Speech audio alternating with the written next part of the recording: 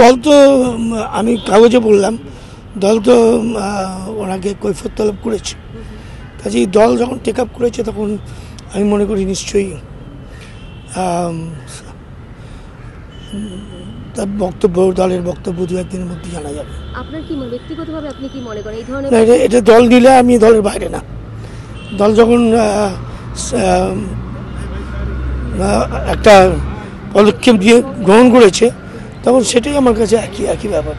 কি মনে হয় দল যখন পদক্ষেপ নিয়েছে বটে, তবে কি মনে হয় তাকে কি কোনো কেন বলা, সেটা আমি মনে কি হয় বলা যাবে না, তবে আমাদের পার্টিরও মিটিং আছে কালকে, আমার মনে হয় সেখানেই সব আলোচনা হবে।